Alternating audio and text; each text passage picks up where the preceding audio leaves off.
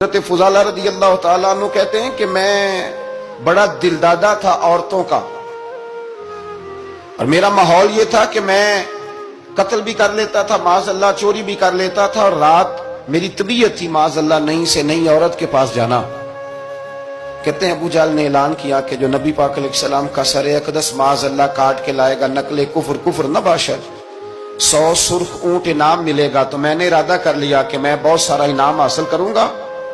قرآن مجید میں نا اللہ فرماتا ہے کہ بہت سارے لوگ ایسے ہیں جنہیں اگر میں رزق میں کشادگی دے دوں، زیادہ پیسے دے دوں، فرمایا باغی ہو جائیں، وہ سرکش ہو جائیں۔ یہ بہت سارے لوگوں کو جو اللہ تبارک و تعالیٰ اعتدال میں رکھتا ہے تو یہ ان کے لیے بہتر ہے۔ ہر بندہ دولت کے ہوتے ہوئے نیک ہو سکتا، تو یہ اللہ اگر رکھتا ہے نا اعتدال میں تو شکر کرے اللہ کا، ورنہ تو لوگ عیاشیاں کریں، پتہ نہیں کیا کچھ کر گزرے۔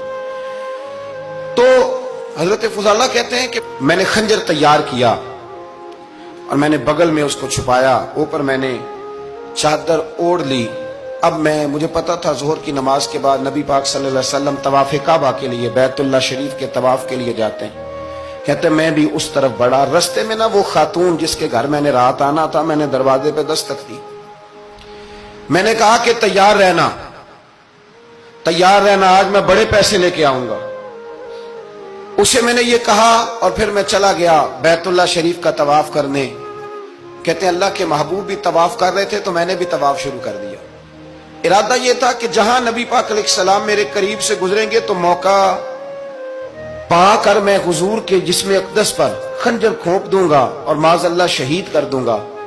کہتے ہیں حضور ایک دفعہ بھی میرے پاس سے گزرے تو میں ہمت نہ کر سکا، دوسری دفعہ بھی پاس سے گزرے تو میں ہمت نہ کر سکا، تیسری دفعہ بھی گزرے تو میں ہمت، نبی کریم صلی اللہ علیہ وسلم 2-3 دفعہ گزرے تو فرماتے ہیں کہ مجھے موقع نہ ملا، اس لیے کہ حضور فرماتے ہیں اللہ نے روب کے ساتھ میری مدد فرمائی، دشمن پر میرا روب طاری ہو جاتا ہے۔ فرماتے ہیں جب چکر پورے ہو گئے تو محبوب کریم نہ چھٹے چکر پہ فرمانے لگے فضالہ چکر ایک رہ گیا ہے، بے خبر ہو جو غلاموں سے وہ آقا کیا ہے، ایک پھیرا رہ گیا ہے۔ کہتے ہیں طواف مکمل ہو گیا تو محبوب میرے قریب آئے، فرمایا وہ کام کرتے کیوں نہیں جس کے لیے آئے تھے؟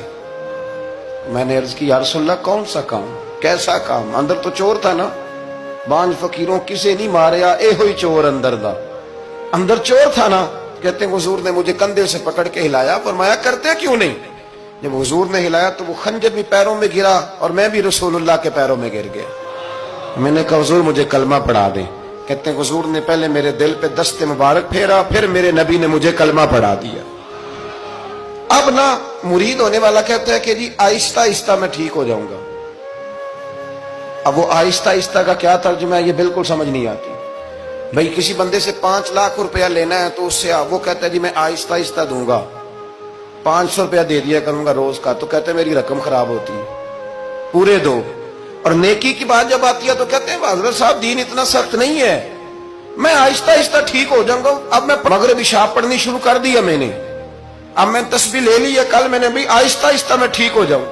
یعنی رقم لینی ہو تو وہ آہستہ آہستہ قبول نہیں ہے، لیکن اور مکان کی رجسٹری اگر کرانی ہو تو مالک مکان کہے کہ آہستہ آہستہ کرا لو، کہتے ہیں پیسے پورے دیے، سویرے چل اور بیان دے۔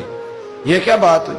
یہاں یہ جو ہمارا ماحول تھا نا کر لیں گے ہو جائے گا، یقین کریں لوگ قبروں میں چلے گئے ہیں پر مسجدوں میں نہیں آئے، ہر کام سے لوگ ریٹائر ہوئے پر گناہوں سے ریٹائر نہیں ہوئے، آخر تک تباہی اتر گئی لیکن لوگ بدلنے کو تیار نہ ہوئے۔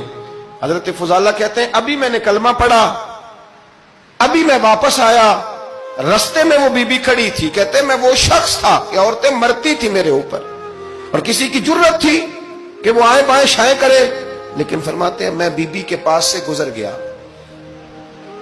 پہلے تو اس کا خیال تھا رکے گا، لیکن جب میں رکا نہ تو دروازے پہ آئی، اور جب میں گزر گیا تو اس نے آواز دی، لیکن میں نے سنی انسنی کر دی، جب آگے بڑھا تو میرے پیچھے دوڑی۔ فرماتے ہیں مجھے پکڑ کے کہنے لگی فضالہ تجھے کیا ہوا، تو وہی نہیں جو یہاں سے گیا تھا؟